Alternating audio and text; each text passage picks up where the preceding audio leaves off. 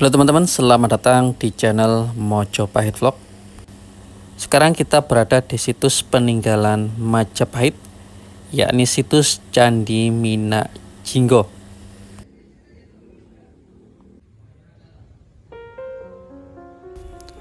Situs kuno ini terletak di Dusun Unggahan, Kecamatan Trowulan, Kabupaten Mojokerto, Jawa Timur.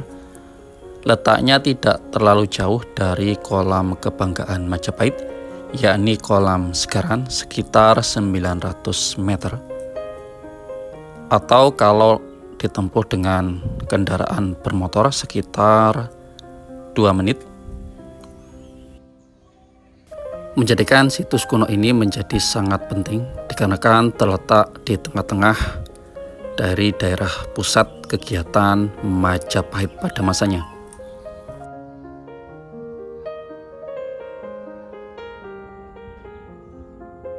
Situs Candi Mina Jinggo ini strukturnya selain terbuat dari batu bata merah, ciri khas dari Majapahit, juga menggunakan struktur dari batu andesit. Kombinasi antara batu bata merah dan juga batu andesit ini menjadi cukup menarik, dikarenakan memang sebagian orang menganggap bahwasannya peninggalan Majapahit didominasi oleh peninggalan yang terbuat dari bata merah. Tetapi di sini kita bisa melihat ternyata memang struktur bata merah dan juga batu andesit bisa jadi menjadi saling melengkapi di tempat ini.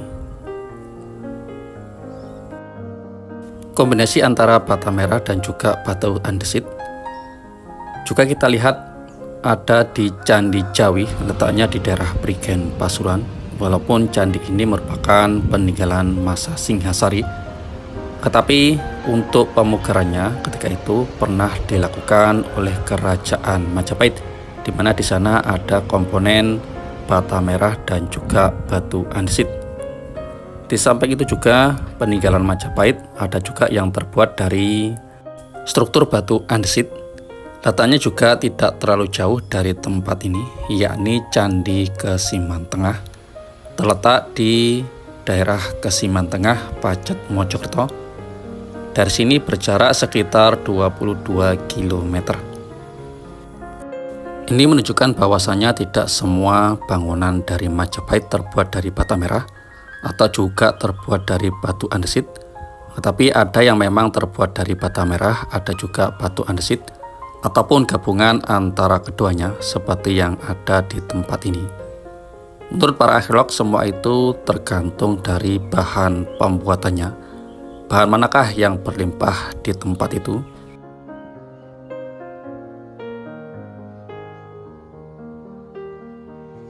Dilansir dari laman Kementerian Pendidikan dan Kebudayaan, yakni Kemdikbud, bahwasanya terdapat kekeliruan penamaan situs ini dengan nama Candi Mina Jinggo, di mana di dalam catatan Belanda ketika itu, candi ini pada zaman dulu disebut sebagai Sanggar Pamalangan oleh masyarakat sekitar.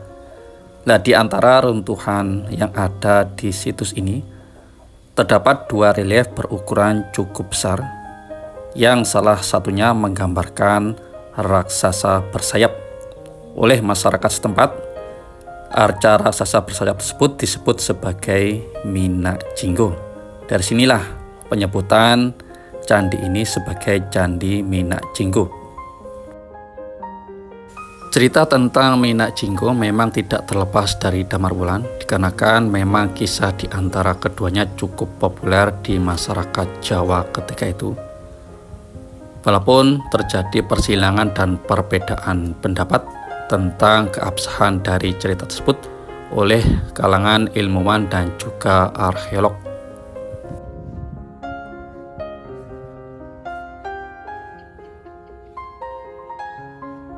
Mengenai keberadaan dari arca raksasa bersayap, yang keberadaannya sekarang berada di Pusat Informasi Majapahit atau Museum Trowulan Mojokerto, di mana arca ini adalah yang dinamakan oleh masyarakat sekitar sebagai arca dari Mina Jinggo. Ada ulasan cukup menarik yang disampaikan oleh Bapak Ismail V, seorang peneliti sejarah dan ahli epigrafi dari Universitas Negeri Malang. Beliau mengatakan bahwasanya arca raksasa yang dikatakan oleh masyarakat sebagai arca Menak Jinggo, di mana arca raksasa ini mempunyai tubuh seperti manusia, akan tapi mempunyai sayap di belakangnya dan juga wajahnya mirip Garuda, akan tapi penampilannya lebih menyeramkan. Menurut beliau ini adalah sebenarnya Wilmana, yakni sebuah wahana atau kendaraan bagi Wisnu, di mana Wilmana ini digunakan dalam keadaan khusus atau keadaan tertentu, yakni keadaan masa perang, di mana di masa itu dibutuhkan kendaraan dengan tampang yang lebih gagah dan lebih menyeramkan. Namun dikarenakan nama Menak Jinggo itu sudah kadung disematkan oleh masyarakat pada masa dahulu, dan nama tersebut menyebar di tengah-tengah masyarakat, maka sampai sekarang situs kuno ini dinamakan dengan nama Candi Menak Jinggo.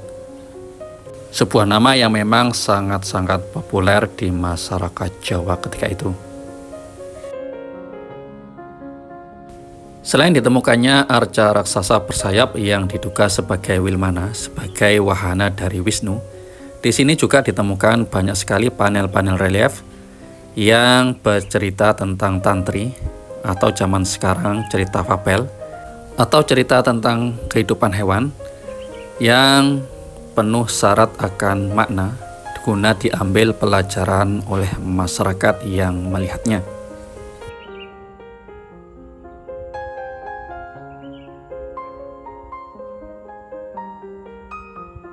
Kita lihat di sini juga banyak sekali komponen-komponen batu andesit yang penuh dengan panel-panel relief seperti ini. Ini adalah salah satunya. Kalau kita lihat sangat familiar, yakni ukiran kepala kala. Oleh masyarakat zaman dulu digunakan untuk mengusir energi-energi negatif yang akan masuk ke dalam suatu candi.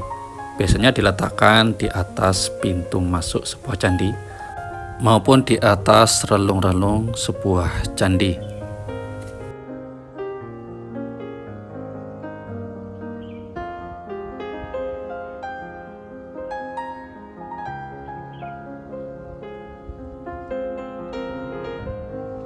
Di sini kita juga lihat tanaman khas Majapahit, yakni buah maja.